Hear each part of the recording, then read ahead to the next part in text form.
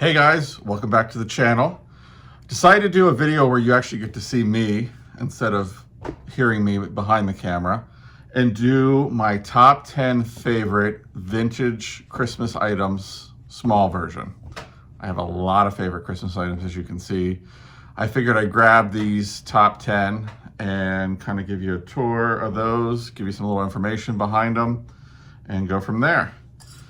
The first thing I want to start off with is this Christ, Santa, and Reindeer. This guy is pretty special. He was my granny's. He sat on her mantle every year. And when she passed away, I made sure that he went right up on my mantle next to her church. And he sits up there. I can remember him as far back as can be when I was a kid. We weren't allowed to touch him. We were just allowed to look at him. So I know that she wanted me to have him, so he's now living with me and he fits right in with everything else. So he's a very special piece. Gonna jump over here to this ornament. This is one of my favorite ornaments. It came from the Rosemary collection. It's West Germany. I have a second one that the top is broken and doesn't quite grasp the cap. So I really try not to put that one out, but as you can see, this has got some pretty turquoise, gold, and pink straight out of the 1950s. I love it. It's a nice long piece. I've only seen one or two other ones online, and they're different shades, not this muted color. So this is definitely a favorite. I cannot resist this guy. This is another one of my favorites. I did notice he's got a little bit of damage up there. I might see if somebody can zip him up or sew him up here. But he's a larger size, he jingles. I bought this, I wanna say 5 or 6 years ago at an antique store, and at the time I paid up. I paid $25 for him. This guy now probably would be $60+ but he sits on the mantle downstairs on the garland. He's the piece of, the centerpiece. He sits right in the middle, and I can't get enough of his big 2 teeth in the front. So he's another one of my favorites. Gonna slide over here to this Holt Howard, and I do have the matching salt and pepper shakers. Let me just grab the other one there. This I bought at an auction probably about 15 years ago, and it was in the original box. I paid a whopping $1 for the set. The box, unfortunately, was damaged beyond repair, but he hangs out downstairs. He's just a very cool piece, and I absolutely love him. Holt Howard has some of the best ceramics I've ever seen in my life, in my opinion. They have amazing pieces. Their designs were spot on, timeless, and that's why they're so highly desired. But yeah, I paid a whopping $1 for him at that sale, and the matching salt and pepper shakers. This little guy, he's plastic. He belonged to my granny. He's hung on our family tree since my dad was a little kid, and my dad's gonna be 74. So he's been around for a while. We always thought he was glass, and until I got a hold of him, because I was never allowed to hang him on the tree because he was so special, and I realized he was actually plastic. So I actually got about 6 or 8 of these from Rosemary's house. And if you watch my earlier videos, you'll see the tree that we put up every year with all her ornaments on it. So I kind of pass these around to the rest of the family just so that they have something that reminds them of Granny. So he's pretty special. This is my very first piece of vintage Christmas that I ever bought when I moved out on my own at the age of 19. Got him at a yard sale for a whopping $2. And he sits in the dining room. I'm pretty sure he's pretty common. He's got some paint flecks on the back where some of the cold paint is missing. But because it was the first thing I ever bought for my very first house, he's got a lot of sentimental value to him. I'm gonna jump back over to the Granny realm over here. This was hers as well. It sat on her side table every year. I always liked it. She always put something in it, whether it was a plastic flower like this or some candy canes. It still actually has the piece of tape that she put on there to make sure that I got it. I did end up getting just about all her Christmas stuff. I gave my aunt some of her cardinals and stuff like that because she appreciated them. But everything else went to me. There was one ceramic Santa that was made by somebody in the family that was actually removed without anybody's permission. So wasn't terribly sad about that. It was kind of ugly, if I have to be honest. So I got everything though that was very important as per her request and her wishes. So this is pretty special. Jumping back over to the Rosemary side of things, this pink poodle is my favorite. It's my sister's favorite too. So sometimes she tries to steal it when she comes over, but this was actually purchased in 1957 by Rosemary in Paris, France. She has it marked on the box that it comes in. It is absolutely fantastic. I just about weld this to the tree every year because I don't want to break it. So it's very special. I've never seen another one like it. I think it is just absolutely amazing.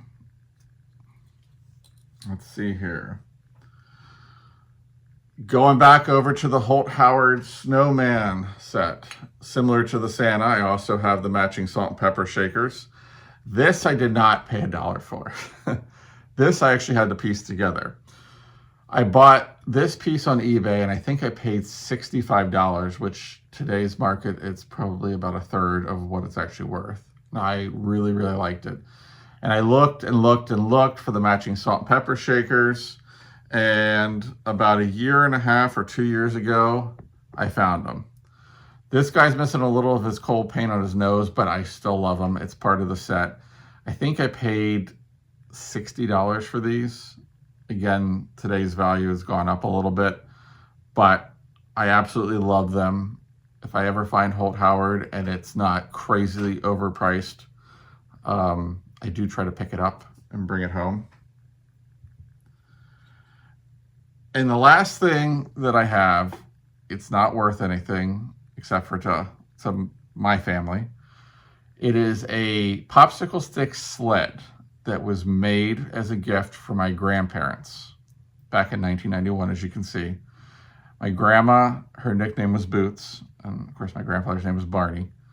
This hung on their tree, and when I went and got everything, I almost didn't find it. And I thought this also walked off like the Santa. But then at the bottom of the suitcase under a box of ornaments and some tissue paper was this sled. Like I said, doesn't have any financial value, but it's got a lot of sentimental value. It's one of the very few things that I have that has both their names on it. So we put this out every year. We have a tree downstairs. It's a little tabletop tree that I put all my grandma's ornaments on. It has a lot of sentimental value to us, as I said. So we put that out every year, and it's a great addition. Another question I get quite often is people come over and they see the pictures and they see all the stuff and they go, how did you get started with this? How can I get started? I want to start collecting vintage Christmas. I got started with ornaments. Those are still very affordable. You can go into any antique store this time of year, even throughout the year. The Time Bomb, we sell them for $3 or $4 a piece. And I always say, go in, pick out the ones you like, try to buy 10 a year, 12 a year, and start with a small tree and then build yourself up. If you have family members that have Christmas things that they don't put out anymore, ask if you can go through and pick out the things you like. I had an aunt who did not put stuff out anymore, and when she heard that I wanted to put Christmas up, she's like, come on over and dig through it. And there was a couple really cool things in there. You don't need $1 million. You don't need $1,000. If you have $100, you can start a very nice Christmas collection and just build it as you go along. Don't be afraid to trade up on things. Like if you're tired of something and you can sell it, make a little bit of money to pay for something that you really want, do it. This all has been collected over the course of probably 30 years. I started collecting stuff when I was probably 10 or 11, and I started with ornaments. My grandma gave me a box. Oddly enough, she took the box back a couple years later because she wanted them for her tree. So I had to forego those for probably 25 years until she passed away and, willed me all her stuff. So start off small and build your collection up. I have friends that every year they buy a little ceramic tree, or they buy, 5 or 10 pink ornaments. And I have a friend that does a beautiful tree with pink ornaments. And just build it as you go. Don't feel like you have to buy everything at once. There's also a lot of things that you can incorporate that are new, that have the right look, just as filler pieces. I have some gold trees on the mantle straight across the room here for me that are plastic, but they have that vintage look, and I just use them as filler just to kind of give some height to things. So there's a lot of great stuff out there. eBay's a great source of stuff. So just kind of look through, see what you see that you like. If there's something that sticks out, like a specific subject matter or color, just kind of start searching, turquoise vintage Christmas or pink vintage Christmas, and see what you can come up with. Don't be afraid to spend an afternoon wandering through an antique mall. I always try to support small businesses, especially this time of year. So get out there and show them some love and support and build your collections up. I want to thank you guys for taking the time to sit down with me, look at my top 10 small vintage items. Like I said, we're going to try to really build this channel up, get some videos out of shopping, haul videos. Like to get a video of the Time Bomb in Carlisle, just to give everybody a good look at the store and all the things we offer in the store. And I always say this: like, comment, subscribe, share it with your friends. Like I said, we're building the channel up, so feel free to let a friend know. And if you like the video, leave a comment. If you have any questions about anything, feel free to reach out.